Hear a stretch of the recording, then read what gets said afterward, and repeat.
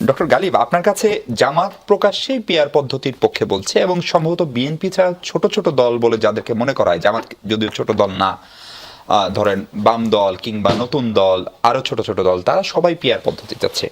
অনেকে বলছেন এইটার দুটো উদ্দেশ্য। একটা উদ্দেশ্য হচ্ছে বিএনপি যেন 200-র উপরে আসন না পেয়ে যায়, মানে একটা যেটা এনসিপি বা বৈষম্যবিরোধী ছাত্র আন্দোলন শুরু থেকে বলছিল, এক ফ্যাসিবাদকে সরিয়ে আরেকটা ফ্যাসিবাদ আমরা কায়েম করতে চাই না। ফলে এটা বিএনপির বিরোধিতা করার জন্যই কি জামাত আসলে পিয়ার পদ্ধতি চাচ্ছে? আবার ধরেন এটার সংকটও আছে, যদি একজন স্বতন্ত্র প্রার্থী হন, সারা দেশে ধরেন 12 জন স্বতন্ত্র প্রার্থী, সবাই মিলে হয়তো 1% ভোট পেলেন, এই 12 জনের ভিতরে এমপিটা আসলে তাহলে কে হবে, তাদের প্রতীক কি হবে? আমাদের লোকজন তো আসলে এমপি বানায় বিপদের সময় তার কাছে পাওয়ার জন্য, ছেলে বা মেয়ের চাকরিটার জন্য, সহযোগিতার জন্য। তো উনি তো জানেন না যে কে তার এমপি হবে। ফলে এই সংকটগুলো কিভাবে আমরা দূর করব? ধন্যবাদ প্রথমে আমাকে ইনভাইট করার জন্য। আমরা যে বিষয় নিয়ে আলোচনা করতেছি, দেখেন পিআর প্রসেসটা মানে প্রথমে যেভাবে আসলো, যেটা অনেকগুলো দেশে কিন্তু এটা আছে, মানে অপরিচিত প্রসেস না যে ডেমোক্রেসিতে কেউ এটা হঠাৎ করে বানাচ্ছে, বিষয়টা এরকম না। পিআর প্রসেস আছে, তার কিছু ভালো দিক আছে, কিছু খারাপ দিক আছে, প্রোস কনস আছে, এবং আমাদের সার্বিকভাবে আলোচনা করে ডিসিশন নিতে হবে। তো ফান্ডামেন্টালি যেখান থেকে আসে, ধরেন আমার 300 আসন, দুইটা রাজনৈতিক বড় বড় দল ইলেকশন করতেছে, একটা দল প্রত্যেক আসনে 1 ভোট করে হেরে গেল, তাহলে দুইটা দলের মধ্যে একেবারে কাউন্টে থিওরিটিক্যালি বা ভোটের পার্থক্য হবে, অথবা জাস্ট 300 ভোটের পার্থক্য হবে, তার 49 point something and 50 point something. কিন্তু আসনের দিক থেকে এটা হইতে পারে 100 and 0, একটা দল টোটাল 300 আসন পাইতে পারে, আর একটা দল 0 আসন পাইতে পারে। তাহলে এখানে একটা ইনকনসিস্টেন্সি তৈরি হইতেছে, তাই না? এই ইনকনসিস্টেন্সিটা থেকে আমরা যাতে ওভারকাম করতে পারি, তো পিআর এর ফিলসফি হলো এটা, থিওরিটিক্যালি এটা ঠিক আছে, নাম্বার 1।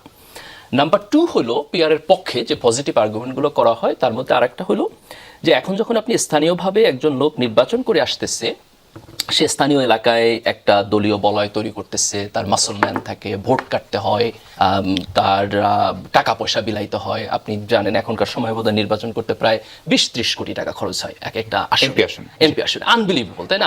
আমি কোনোদিনই রাজনীতিতে যাই এটা করতে পারবো না। তো এই যে মানি এবং মাসলম্যানের যে প্র্যাকটিস, তো পিআর প্রসেসে গেলে যেত ফোকাসটা ব্যক্তি থেকে সরে গিয়ে দলে চলে যাবে, তখন এই জিনিসটা এখানে কমে যাবে। এই দুটো হচ্ছে ফান্ডামেন্টাল আর্গুমেন্ট, যে আমরা যেই ইনকনসিস্টেন্সিটা আছে সেটাকে ওভারকাম করতে পারবো, আর হচ্ছে মানি এবং মাসলম্যানের যেই আপনার প্রভাবটা আছে এটাকে আমরা কমায় আনতে পারবো। আমি একটা ছোট্ট আমি একটু শেষ করি প্রশ্ন, তারপর আসেন। তো এটা হচ্ছে তার প্রস। নেগেটিভ যেটা দিক, যেটা সাইদ আব্দুল্লাহ বললো, যে একটা হচ্ছে যে গভর্নমেন্ট ইনস্টেবল হতে পারে। তার কারণ হলো যেহেতু একক সংখ্যাগরিষ্ঠতা কেউ কম পাবে, তাহলে দেখা যাবে যে 2-3টা পার্টি তারা মিলেমিশে একসাথে সরকার করতে হবে, এই ইনস্টেবিলিটি সেখানে আছে। আরেকটা ইনস্টেবিলিটি আছে, প্রবলেম আছে, সেটা হলো যে দলীয় প্রধান যখন মনোনয়ন দিবেন, তো উনি আসলে কি দেখে মনোনয়ন দিবেন? আমাদের দলের মতো তো আভ্যন্তরীণ গণতন্ত্র নাই, আমরা প্রায় মনোনয়ন বাণিজ্যের কথা শুনি। এখন ধরেন যে বিএনপি অথবা আওয়ামী লীগ যখন ছিল, তাদের সামনে একটা মনোনয়নের প্রশ্ন আসতো, সে আগে চিন্তা করতো যে আমি একে যদি মনোনয়ন না দেই, সে কি স্বতন্ত্র দ্বারাই আমার এগেনস্ট ইলেকশন করবে কিনা, হারাই দেবে কিনা। তার ফলে কারো যদি স্থানীয় এলাকায় অত্যন্ত ভালো প্রভাব থাকতো, তাহলে তাকে মনোনয়ন দিতে বাধ্য হইতো। তার ফলে একটা স্থানীয় ওরিয়েন্টেশন তৈরি হয়।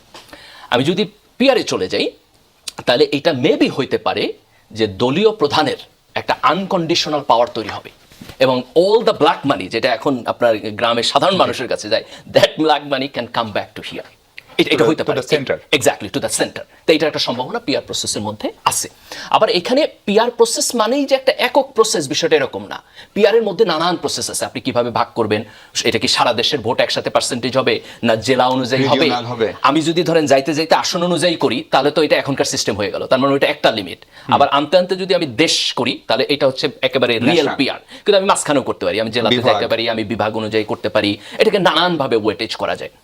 এখন এই যে প্রোস এবং কনস, আমার পার্সোনাল পজিশন, অনেকগুলো রাজনৈতিক দল তো আপনার পিআর এর পক্ষে বলছে, কিন্তু আমার পার্সোনাল পজিশন হচ্ছে আমরা যদি লোয়ার কক্ষে এখন পিআর প্রসেসে যাই, এটা টু এক্সপেরিমেন্টাল হয়ে যায়।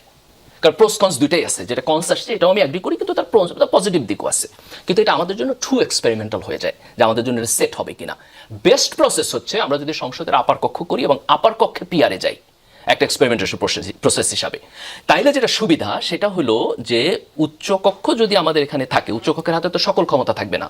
উচ্চকক্ষ সরকার ফর্ম করবে না, উচ্চকক্ষ বাজেট পাস করবে না, উচ্চকক্ষে যাবে হচ্ছে আপনার ধরেন কিছু নিয়োগ চাইতে পারে, যে আপনার প্রধান নির্বাচন কমিশনার, প্রধান বিচারপতি, আমরা কিছু সিলেক্টিভ দায়িত্ব যদি উচ্চকক্ষে দেই, এবং উচ্চকক্ষে যদি আমরা পিআর প্রসেসে যাই, তাহলে আমরা যেই নেগেটিভ দিকগুলো চিন্তা করতে, সেটা হবে না। গভর্নমেন্টের ইনস্টেবিলিটি সেখানে হবে না, মানে ওই ঝুঁকিটার একটা ব্যাকআপ হবে।